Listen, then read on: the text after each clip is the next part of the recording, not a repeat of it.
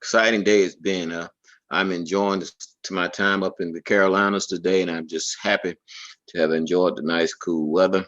And I'm just so happy that we have this opportunity to talk about what's hidden in plain sight. And sometimes our wealthy place is hidden in plain sight. And today we want to welcome Miss Tasha M Dyer, who's on with us. Also, Gerald D. Rogers and Dr. Craig Bythewood. We're just happy to have them with us today. I'm excited just to be affiliated with them. Miss Dyer, how are you doing today? I am excited today, Bishop. Definitely excited to be here once again. So let me welcome each and every last one of you all. But also, I want to say hello to our listening audience, okay? Rejoice904.com. Hello, hello, hello. Also, Facebook, YouTube, wherever you're listening to us from around the world, make sure you share this information because today we're talking about things that are actually life changing. So make sure you share. But once again, welcome, welcome, welcome. I'm so excited to be here with each and every last one of you all. And also, hello to my colleagues. This is BYOB Worldwide, and I'm excited. Just excited today. Oh, that's exciting. We're all excited. Even Gerald Rogers, how are you doing today? Fantastic, Bishop. How you doing? I'm doing great. Great. Ladies and gentlemen, our listening audience, rejoice904.com. Excited to be here once again for another rendition of the Hidden in Plain Sight broadcast. You are absolutely in for a treat. Kudos to my colleagues, the great one himself, Bishop Harold Rollinson, the finance doctor, Dr. Craig Bythewood, and a special shout out to the trade whisperer herself, because this is national, international birthday month.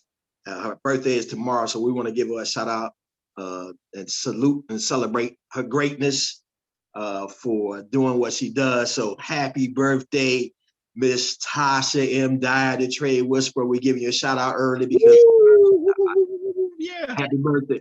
It's your birthday. It's your birthday. It's your birthday. Thank you. Thank you, Hey, guys. I thought the red dress I saw on Facebook represented today was her birthday, but tomorrow's her birthday. Yeah. No, we just always celebrate. That's all. She celebrate the whole month, Bishop. She think it's an international holiday. The whole month of May is an Uh, international holiday. oh, she's gonna have a maypole and everything. It's May Yes. Day. Dr. Bythewood, how are you today?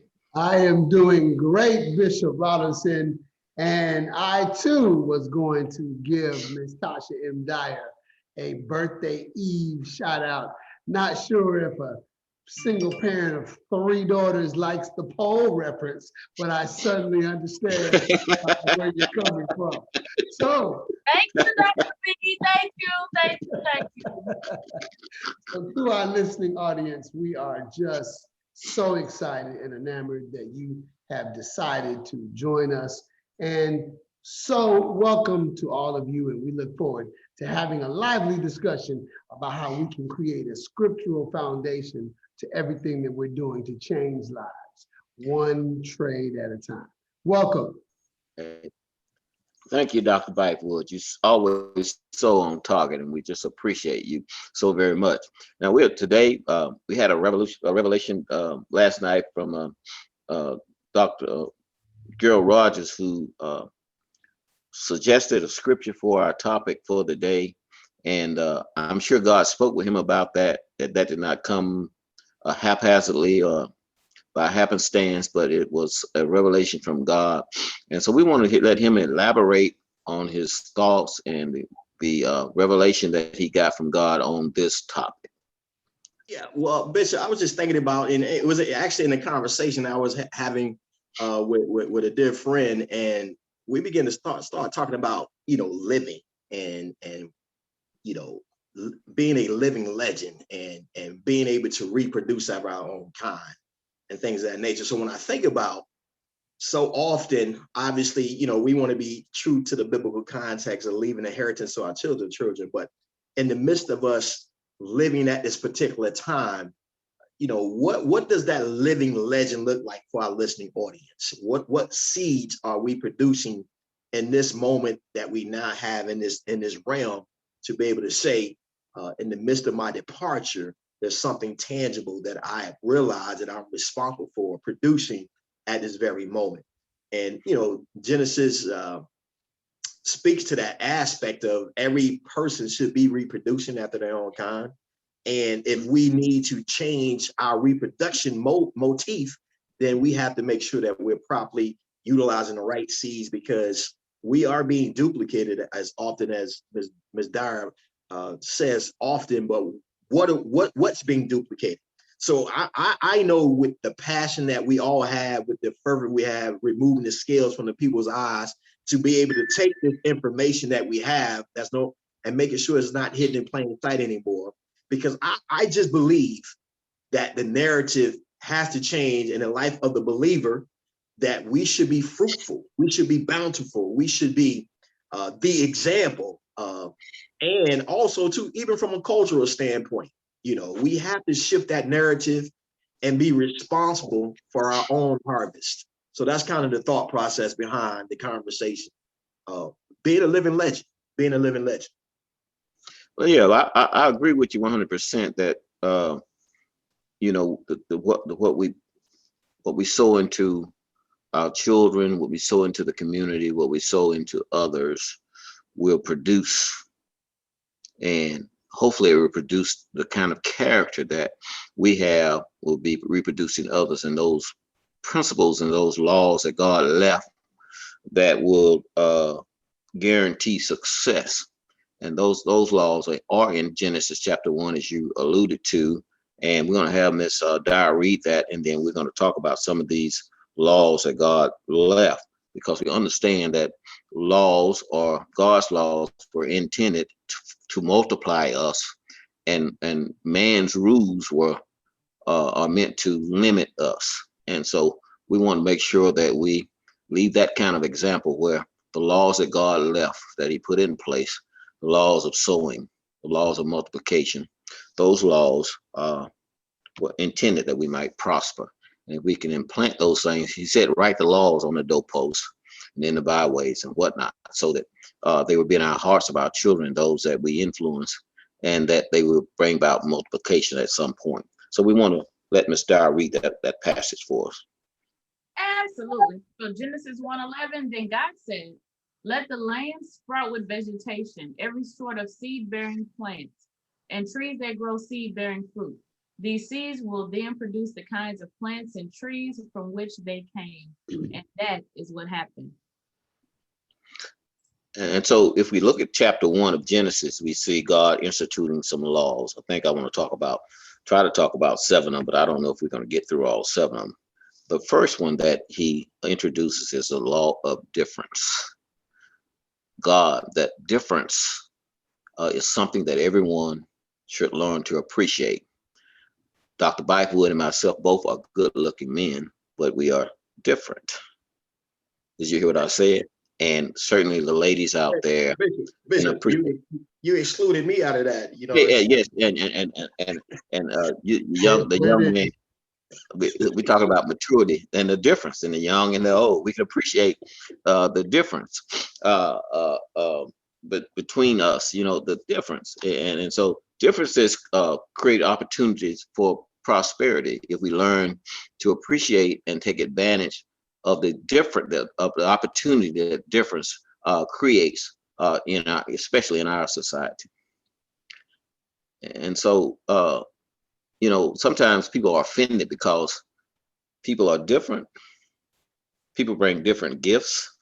I believe it was Paul in 1 Corinthians that talked about there are many gifts, but they're different, and how they all work together for the prosperity of the kingdom.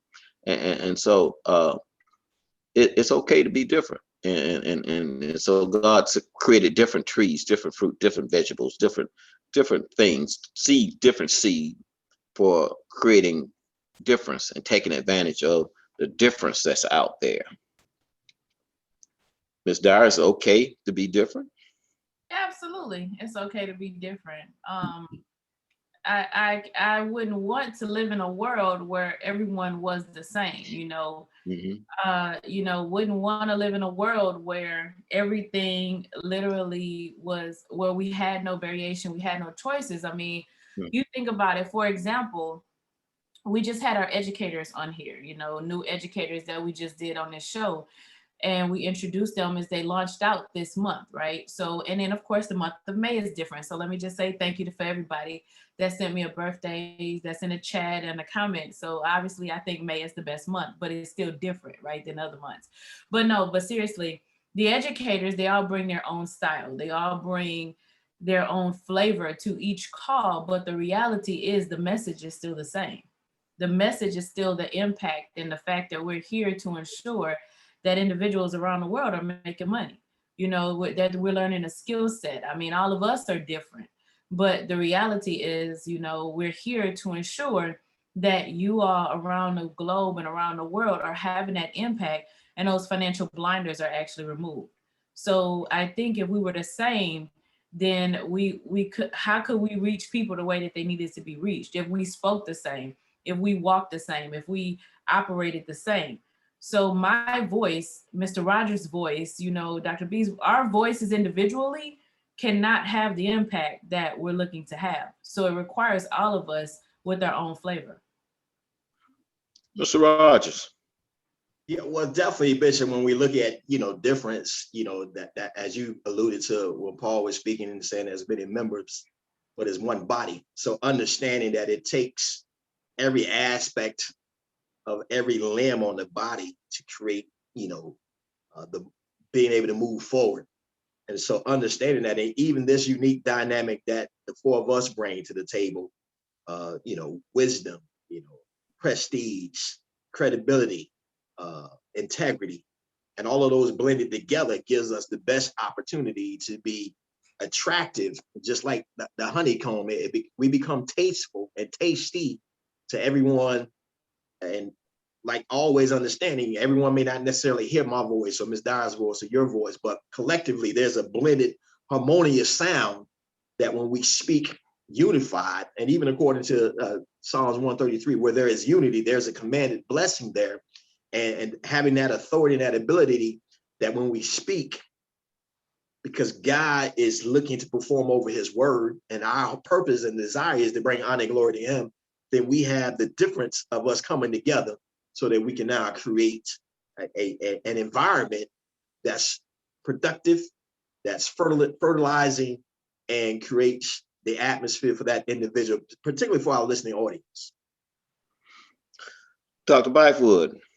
You know, I'm sorry, sir, please. Difference. So everything that we do in the Be Your Own Bank movement is about value.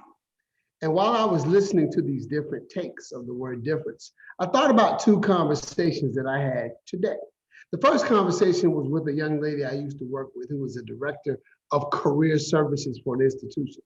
So when I explained to her how that model of helping college students get jobs needs to be revised, she made a comment to me that I'm okay with what the financial institutions have done to set it up. And I explained to her that a difference is that those financial institutions have set you up with scenarios that will allow you to make a maximum of 11% per year. However, we have an opportunity where you can make 5% per trade. And mathematically, it began to make her see things differently. Now, another conversation I had later in the day was with a student who was seeking help on a project about bonds. And what the person said was that this is so challenging, I'm having so many issues with it. So I asked them to describe their concept with their mortgages. And when they talked about the mortgage and the refinancing, I made them realize there's no difference. It's the same. A bond to a corporation is like a mortgage to you. So in one case, I use the concept of difference to make someone see how much better something is. But in another context, I use difference to make them relax their shoulders and see that it connects with something you already know.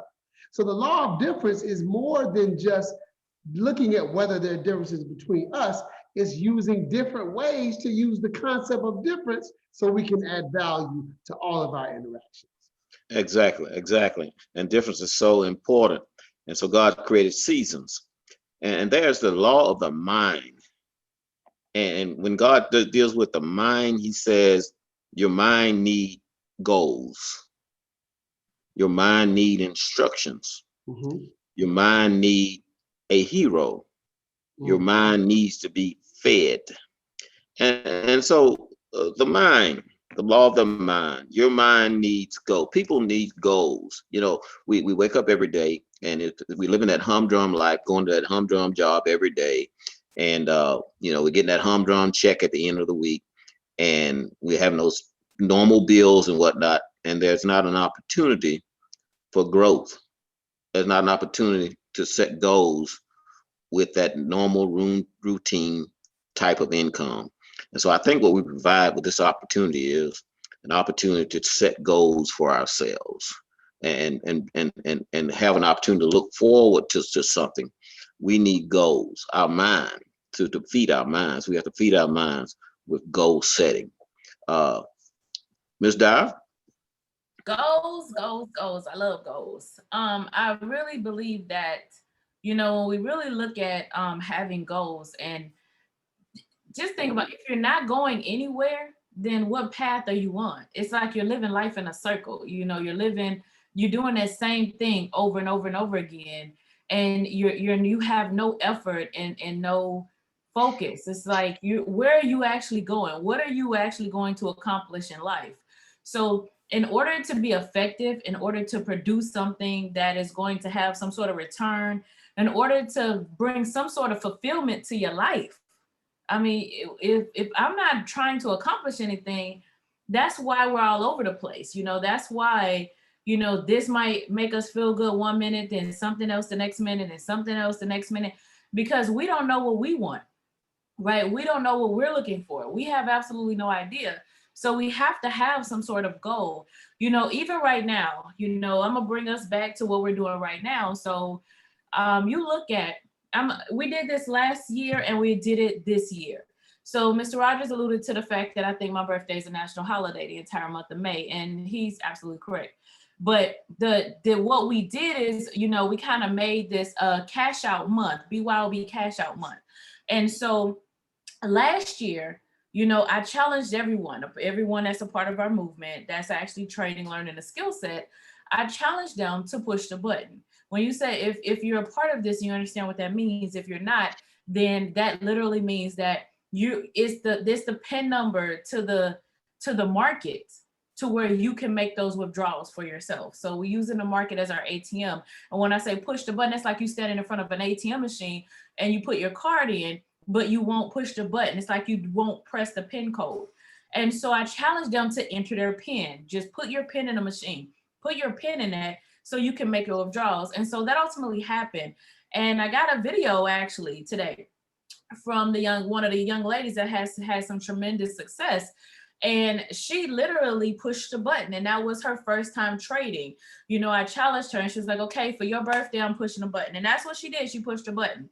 And so now, a year later, because it's a year tomorrow, but she literally has not taken, she has not sold a house. She has not attempted to sell a house. She still holds her title as a realtor, but she's not even walking in that. And so this year we just took it up a notch, right? So somebody can do pips and trips, somebody can celebrate, somebody can live life on their terms. Somebody a year ago didn't even just knew she needed to do something. And a year later, now she's walking in a manifestation of what she wanted. She had a goal, she had a dream. And so we have to have that. So this year we set a goal in the month of May for us to have $100 days, right? $100 days, making withdrawals out of the market. Challenge everybody. So we have people, not only are they having $100 days, but we have individuals that are having consistent profit. So even if you haven't hit that $100 yet, they're having consistent profit because they're focused and they have an objective. They know what they're looking for. And then we have some people who have exceedingly they receive more than that. And when you have people, when we have a strategy, BYOB cash out that's back tested at 92% accuracy rate, and a guy that joined our movement a month ago He went live yesterday, and because of the challenge and the goal setting that we set out there, he went 13 for 13 on his trades. He took 13 trades in his live trade account and was 13 for 13. So when you think about it, even from this perspective, if I don't have a goal, if I do not have a goal, what happens is we're just trading, and instead of being professional, educated traders, instead of doing this where we understand we're here to get an objective, we're here to pull something out of the market, we're here to learn a skill set. If we just show up and don't have any objective, then guess what? Guess what? You are just taking a trade here, taking a trade there, win this. What are you focused on? We have goals at work. They're not ours, but they're given to us. And so we have production measures that we have to achieve. So we have to have these things in our personal lives. People who understand wealth and money understand goals are important. That's why they give them to you. You didn't come with them to your job, but they gave them to you. So you have to achieve them if you want to keep your job. So we need to be able to set that foundation in our own life. As leaders, if we're going to follow God's pattern, God gave Adam and Eve goals. He told them to take the seed and multiply it. Mr. Rogers? Yeah, well, Bishop, I mean, exactly what you're talking about really excites me to know that you're talking about goals and having the mind and the law of God in the mind. And that's really how we are here at this broadcast, because when we initially started this movement, the vision was given, but the seed was given, but we knew it needed to be properly nurtured. And how did we nurture that? We pull these different aspects together with the minds and the hearts of the likes of Ms. Dyer and Dr. Bythewood. And then the vision was clear, the goal, our desire to financially educate and impact 2 million families. And so that is what we're leaning toward, because I am in total agreement with you that not only to be fruitful and multiply, but have dominion. And then one translation says dominate. So I believe this movement, and that's why we've decreed and declared that it is the largest economic empowerment movement, because anything that God puts himself in, it has to expand and it reaches beyond our personal thought process, and it reverberates throughout the entire earth. And that's what I'm excited about, to understand that here we are, started a vision, but now we're here broadcasting to many people across the nation because of the vision that you had with a radio broadcast. So that was the goal, to take this platform and be able to disseminate this information. And we're not going to stop until we include those households, those places of fellowship, and those families and those communities that need to be economically empowered. That's wonderful. Dr. Bythewood? Years ago, I taught a Sunday school class in which I took a diversion in talking about the human body and how important it was we took care of our temple. And this was my base scripture, Genesis 1:11. And what I did was I took that to represent the fact that what we put in our bodies, we are what we eat. So these seeds that are being produced, I used as an analogy for herbs and vitamins and all of the natural things that create food. So we say all the time, how you do one thing is how you do all things. And we are always promoting the fact that our trading account is just a slice of the overall pie. So understanding that this scripture applies to our body, it applies to our mindset, it applies to our ability to be able to reproduce this in our trading account, but it also applies to the seeds that we're planting in the children below us. I get excited every time Ms. Dyer talks about her 20-year-old son. And I quote it so much, I probably should send him a commission check. But I literally talk about that over and over. He wouldn't accept it because it would have my name on it. So the bottom line is I talk about that over and over and over, because we're planting seeds that are going to reverberate in so many ways. And that gets me extremely excited. BYOB. That's right. And I thought about something here where all of us need a hero. And when you talk about this legacy that Mr. Rogers is speaking of, that's putting ourselves in a position where people can actually look up to us as examples of how they ought to handle themselves in the business world, in the trading world, and in the community. And so, we all kind of balked at Charles Barkley when he declared he was not a hero. He was I believe he was in a state of denial years ago. And because there are young men who are in pro basketball right now who said they looked up to him. And so position yourself to be an example for young ladies, young women, young single mothers who can be progressive. Ms. Dyer, how do you respond to being that legacy in front of them? How do I respond to being a legacy? Yeah. First, it's an honor, but the reality is, I think it's important. We're always duplicating. We often only mention people a legacy or mention someone having impact when we think that they're doing something someone needs to see. The reality is so if that's when I get mentioned, or if that's when I would be mentioned, I will consider that an honor, because I believe that the voice needs to be heard for that impact change, for like what we're doing, but when I think about the reality behind it is, whether you're standing in front of millions of people or you're standing in front of 5, you are going to have some impact on someone else. You are going to, your actions literally are going to impact someone else. So they're going to follow you. We often will tell our children, don't do this, don't do that, do this, do that. But the reality is they do what we do and not what we say. So what are you putting off? Why is it that individuals will look at some things and, not want to be a part of it or not want to do certain things? Well, the reality is that's what they know, that's what they see.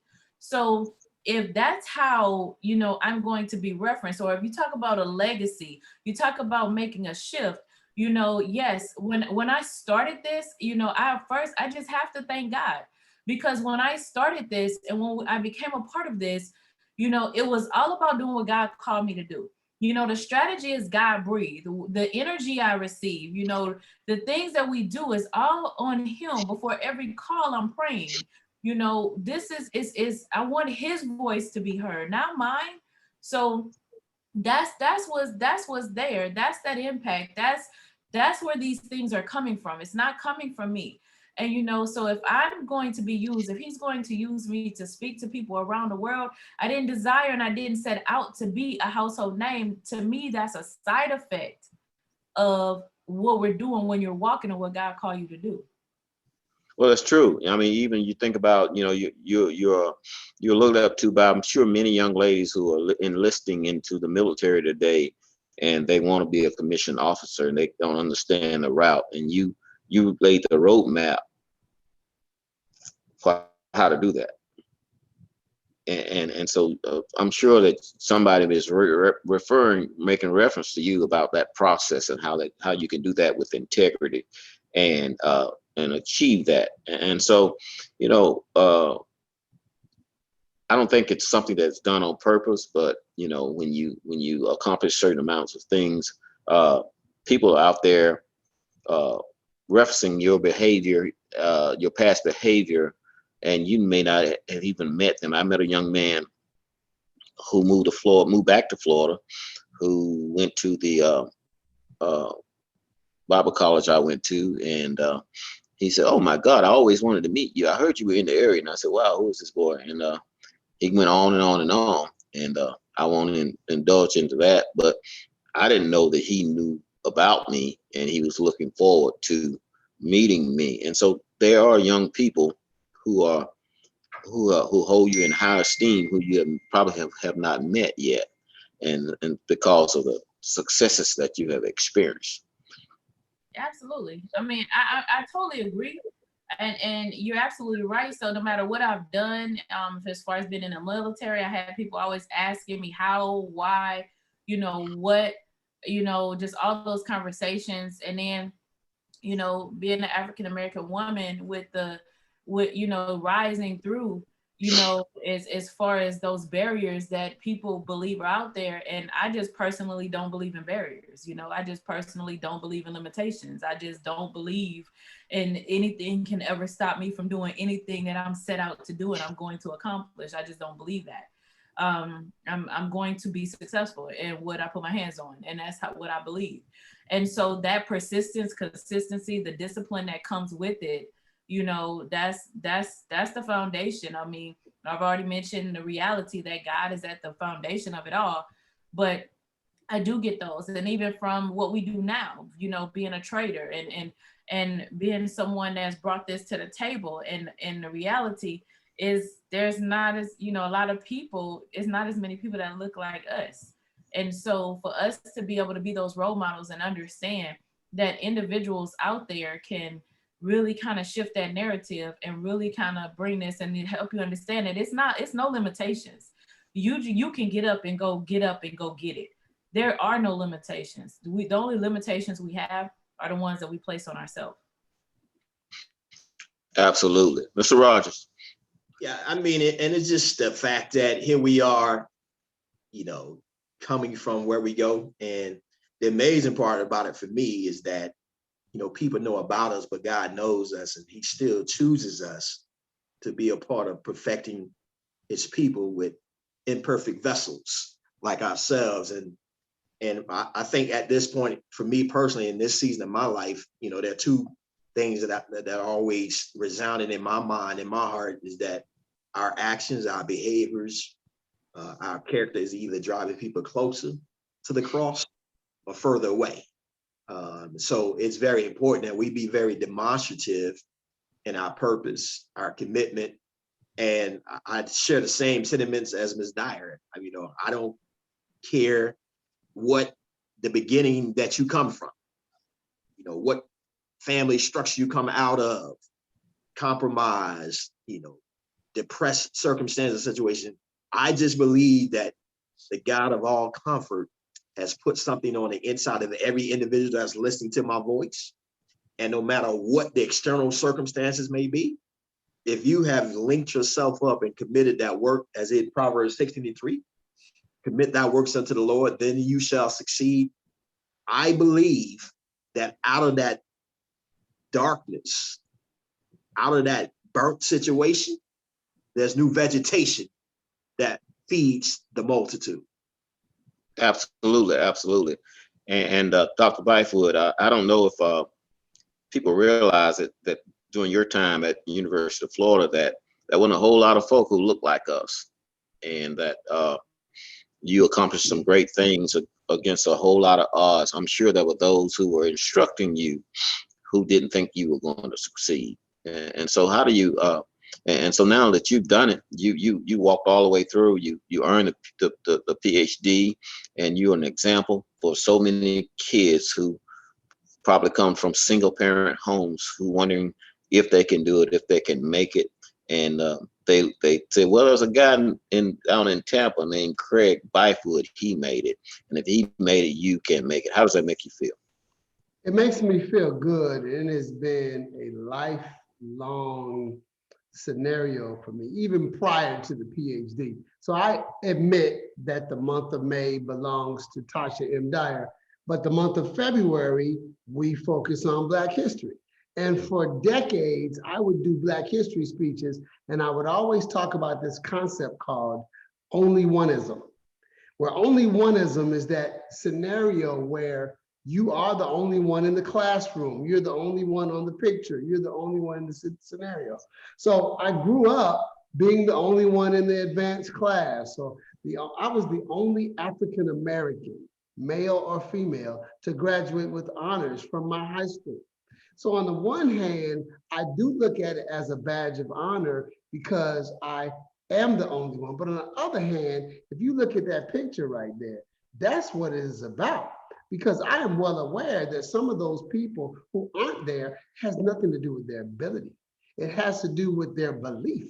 And I had a pastor that would always say, in order to be it, you have to see it. So I've always had this very strong scenario that I want to do everything in my power to carry myself in a way so people would do exactly what you said, Bishop Rollinson, would think that if he can do it, because he's just like us, he can do it too. I had a conversation yesterday with a young lady I used to mentor at that same church, and she's grown now with kids. So she was telling her boyfriend, look, we can trust him because he's about that real, which was her way of saying that he's a real guy. He's a real person, just like us. And so it's always been important to me to do that. And how about this? After I left University of Florida as the only African-American male ever to get a PhD in finance at that school, which still is the case, then I went to Florida Southern College, a school which was founded in 1867. And in the year 2000, I became the first African-American male ever to be a professor there. And I remember distinctly, I would walk around the campus with my suits on, and people would stop me that first year and say, hey, what do you coach? Oh, what branch of the military are you in? So what we're doing is more than just accomplishing things. What we're doing is making so that only oneism goes away.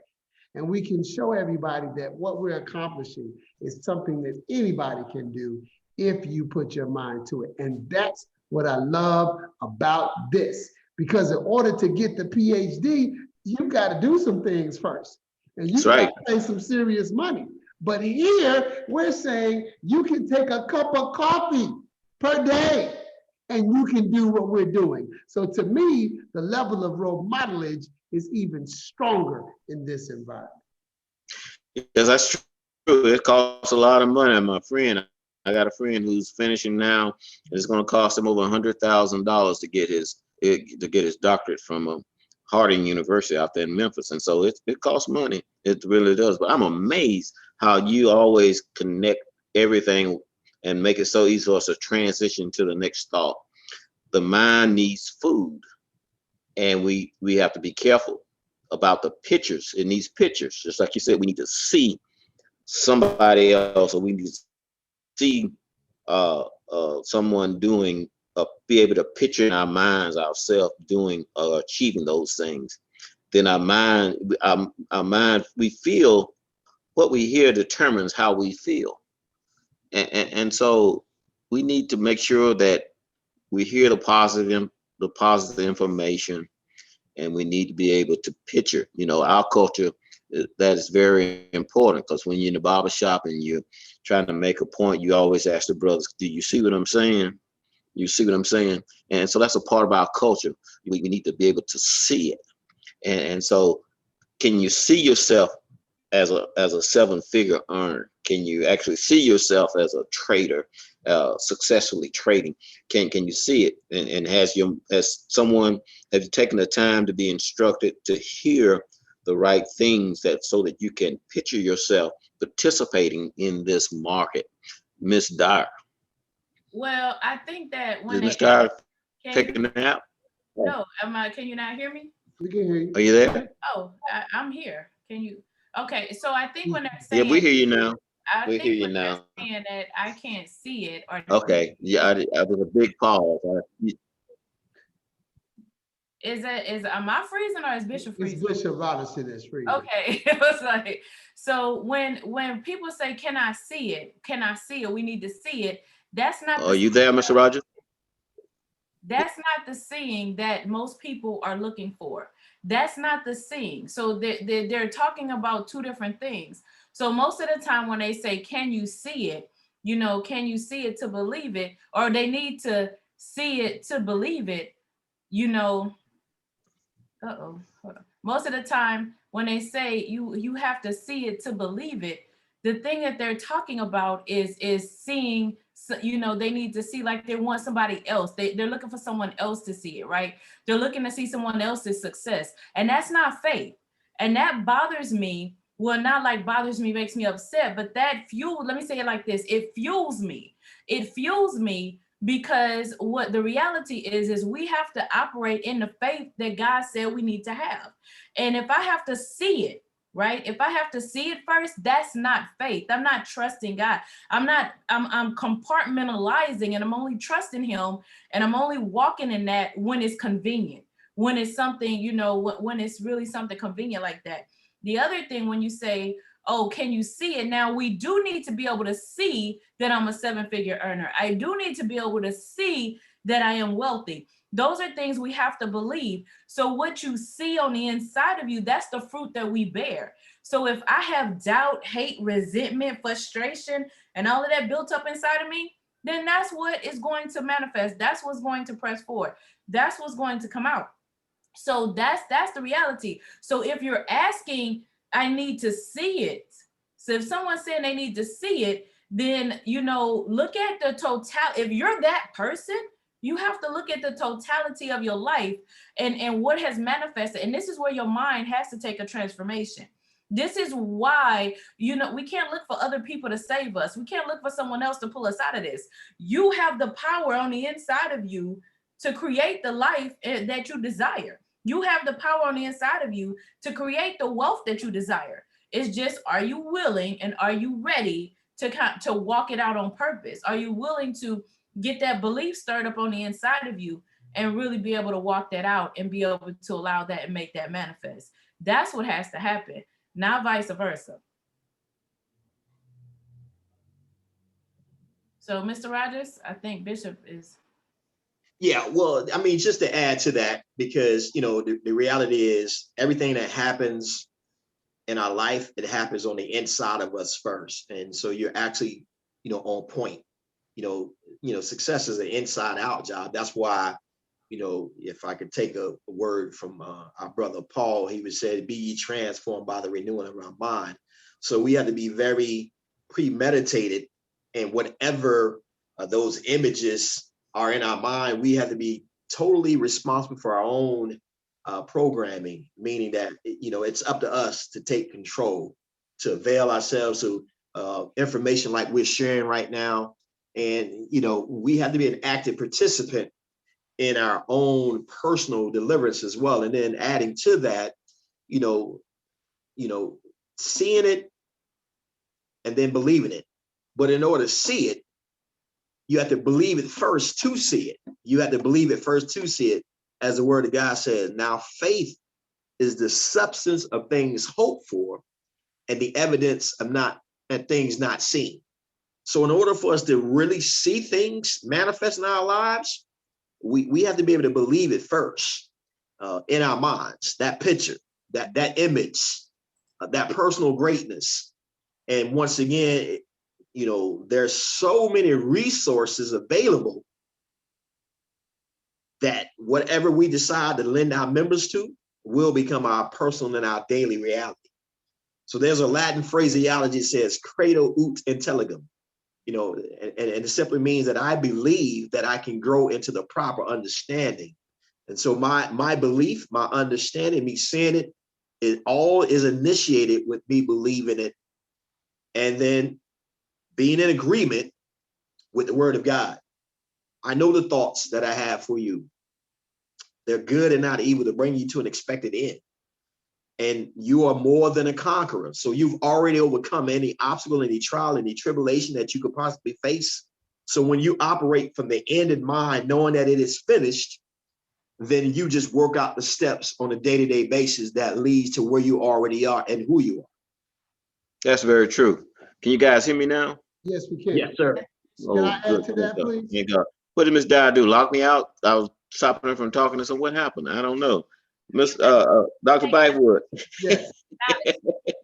So this concept of seeing versus being, being versus seeing, it reminds me of the whole thing we started off with, which is, it was my birthday, so push the button. So let's think about why the person doesn't push the button. They don't push the button because of fear. And if you really break it down, fear and faith are both unseen. They both deal in what you don't see. And oftentimes we're so quick to accept the unseen negative consequence. What if this happens? What if that happens? But not as quick to see the benefit. So these mindset scenarios that we constantly reinforce are about us trusting that the unseen will be an outcome that we want, an outcome we desire, versus the opposite. So to consolidate and synthesize this point, both fear and faith are unseen.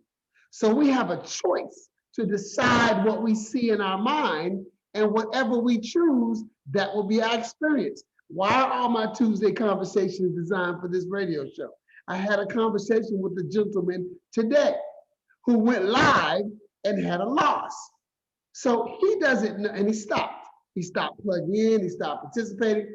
He doesn't know that the next trade is going to be a loss, but he's deciding because the last trade was a loss, then the fear that the next one will be a loss means I should stop. When in reality, that's the very reason why he should plug in, so that the next one will be in profit.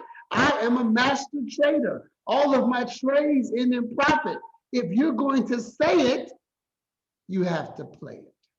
Dr. B, I think you're so on point with that. And it's like, if you really think about it for just a moment, there is an 8% attached to that. When we say 92% accuracy rate, that means that there's 8% that's not accurate, you know? And I wonder why our default position is fear. I wonder why our default position is to cradle in that fear, because we have an option, just as you said, we have the option and the ability to have a covenant with faith, or you can have a covenant with fear. And the reality is which do you choose to covenant with? What are you going to make covenant with? Is it faith or is it fear? And so when you say that, it just really, you know, we think about it, because first and foremost, we should practice. Perfect practice makes perfect. And so we should practice in our demo accounts. We should practice these things first. And then once we practice, if you're doing the proper things, like you teach basketball, you coach basketball, you know, I like football.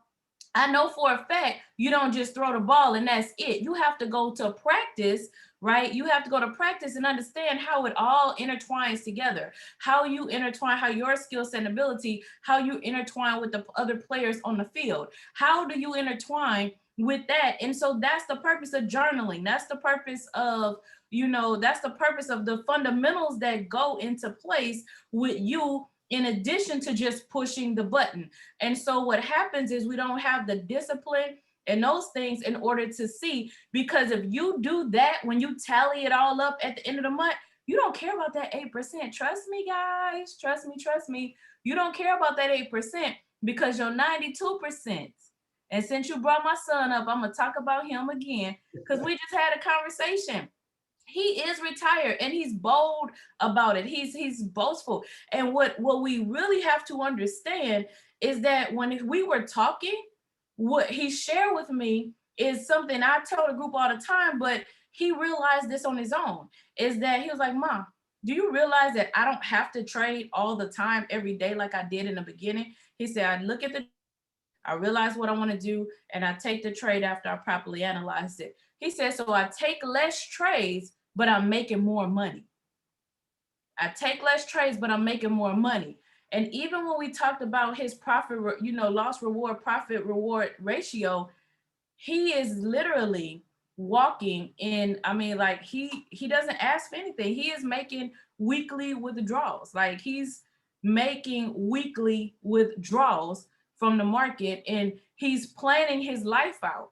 Like he's planning out like what I'm going to do, where I'm about to go live, what I'm looking for, and the things that he also wants to accomplish.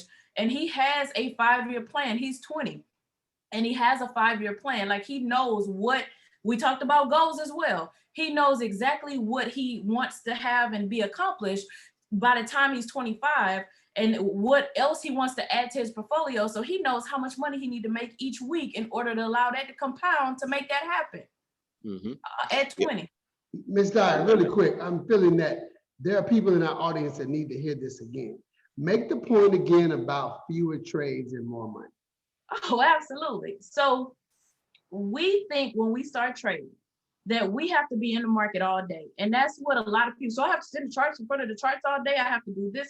No, absolutely not. We're not on the trades and on the charts every single day all the time. As a matter of fact, he's gotten to where he might take 3 trades a week, you know, so he doesn't even trade every single day, 3 trades a week sometimes. And because he analyzes and he takes the trades and he compounds his money and his accuracy rate has gone up, And so ultimately he's taking fewer trades and making more money, as opposed to when you're just sitting there in the market and on the charts feeling like I gotta get this, I gotta get that, right? I have to do, no, we don't do that. So fewer trades, more money, because he's focused on the discipline, the understanding of where the market is doing, what the market is doing, where the market is going. So he analyzes it, then he takes the trade. And if it doesn't go, it doesn't do what he thought it should do, he doesn't take the trade and doesn't care if it ultimately come back and do it again. Absolutely. That is very true. I think that's true for most of us. We don't have to trade often. And once you learn how to do it, you do it.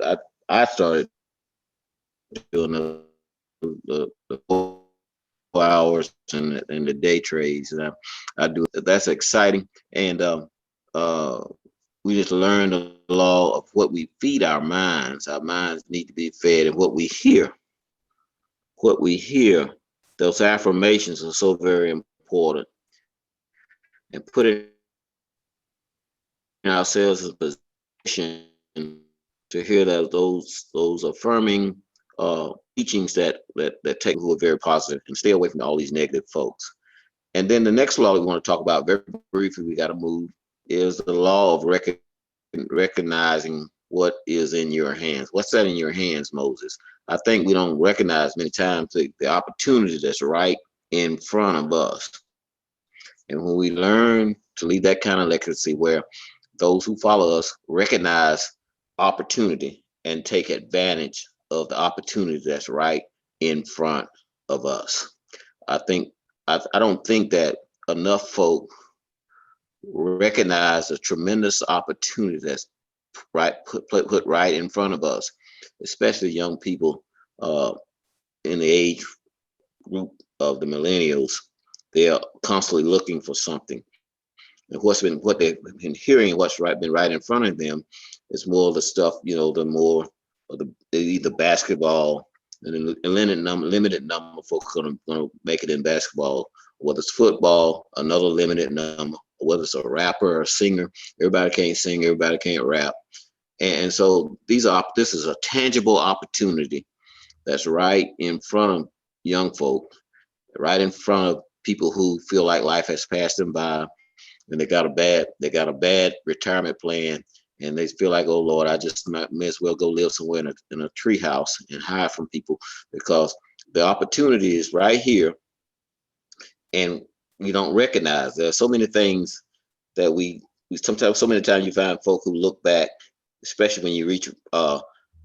Bythewood's age, older, you might start talking about, I wish I had, or I should have, I could have, if I only had. We acknowledge that we didn't recognize or take full advantage of the opportunity that was right in front of us. Well, Bishop, when I think about it, so just to kind of 2 points.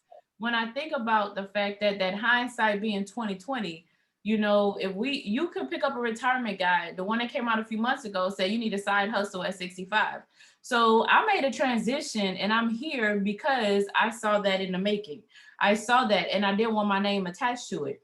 And so if I need a side hustle at 65, we have to stop operating in that hindsight, right? And we have to make decisions now.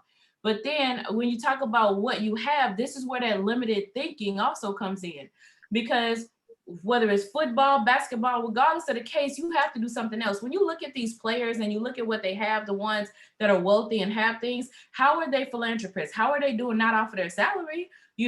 They're doing other things, they're doing other things. And just like my quarterback just retired. And it's like, when you look at it, even with Katrina, yes, y'all know I'm a Saints fan, so we're talking about Drew Brees.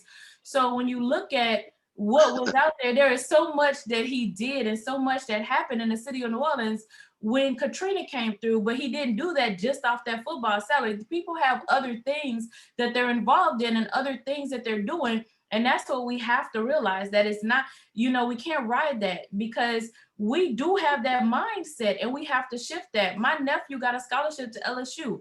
And when I would say he got a scholarship, the first question people did ask me is, what sport do he play? Just kind of like what you kind of went through, Dr. B. And I was like, what sport? He plays academics. That was always my response. He plays academics. So, because he had an academic scholarship. And so the reality is we have to shift that mindset and quit limiting ourselves, because those limitations we place on ourselves. You know, nobody's putting that limitation on you to think you can only play football or you can only play basketball. You can play basketball and you can play football, and, you know, there should be no limitations to what you can do. Mr. Rogers, recognizing the value of what's in front of you, how has that played a role in you achieving what those things that you've achieved? Well, understanding that, the expansion of growth is a part of that dynamic that lends to, and I come from a place, I was one of those persons, Ms. Dyer, that, thought that my initial path would have to be a professional athlete, but then I really began to understand the numbers. At that time, it was 30 NFL teams with 53 players on each roster. And then I thought about it. It's thousands of people applying for 1,500 jobs, which is really not 1,500 jobs, because every year there are only about 10 jobs that are available. So that's really about 300 jobs in the football arena. Then when I looked at basketball, those numbers shrink even more. So I said, wow, my whole life I have to do something different. I have to be expansion. But then when I look at it, it was simply because of what also I was exposed to as well. And I'm just so thankful and grateful. And this is a shout out to Bishop Rollinson, because we're now in partnership. But for years, I watched him from afar.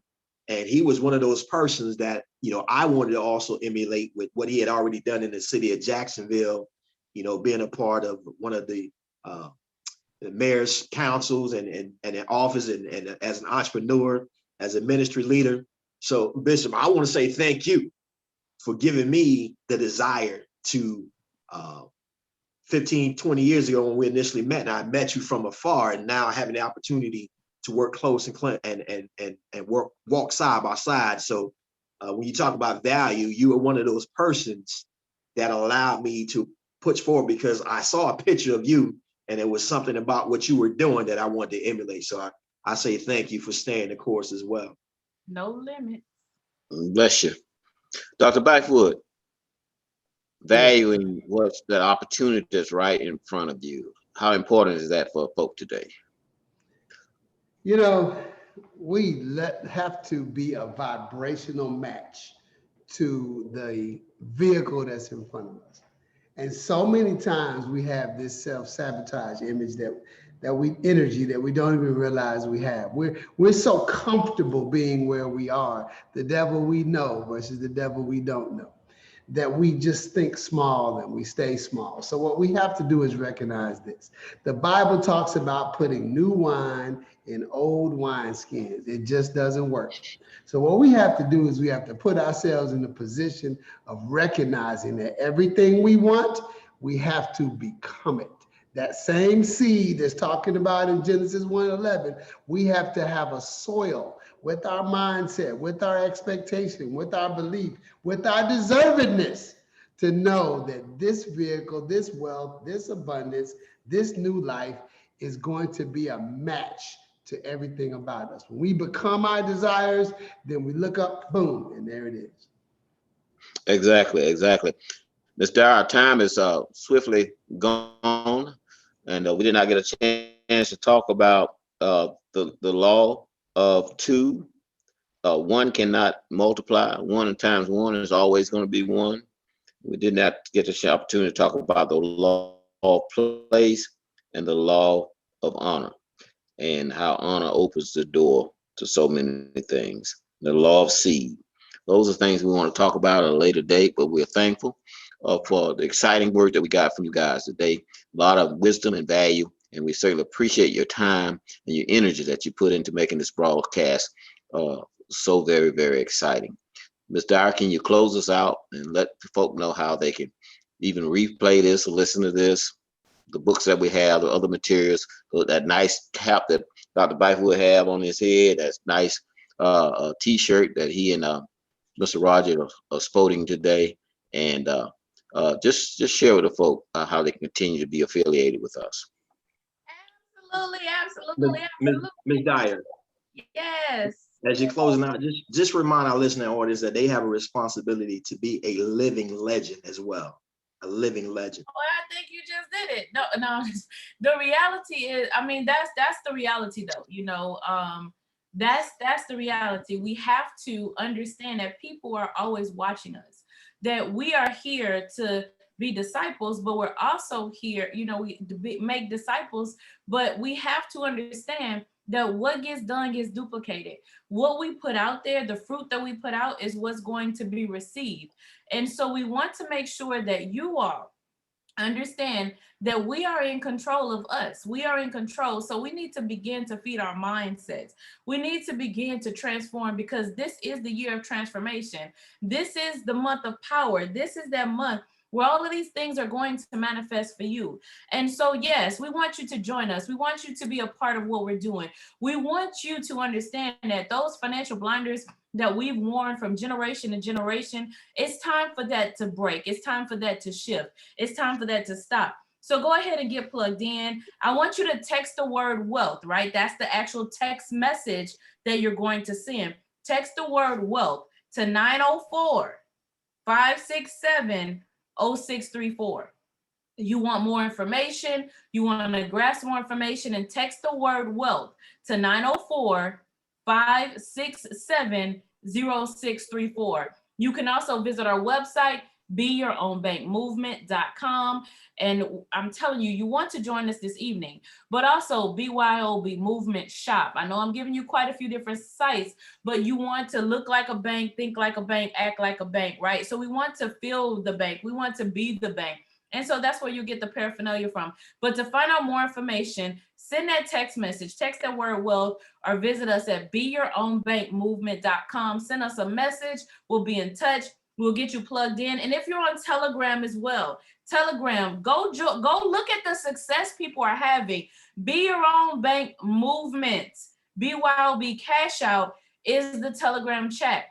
Be Your Own Bank, BYOB Cash Out, and make sure it says BYOB Cash Out on the icon that you click on there. But join the Telegram group and see individuals like yourself. Just look for that 777 in the chat. That 777, that means that somebody actually pushed the button. They entered their PIN number and they made a withdrawal. With that being said, obviously, guys, you know we're going to have a part 2 to this broadcast. So we'll definitely see you all next week. But let's make a decision. Successful people make decisions. They're quick to make decisions, and they're slow to change their mind. So let's walk in faith. Let's have a covenant with faith and walk it out on purpose. Create your value and understand who you are, because you are anointed for wealth. With that being said, love you all, and we'll see you all next week.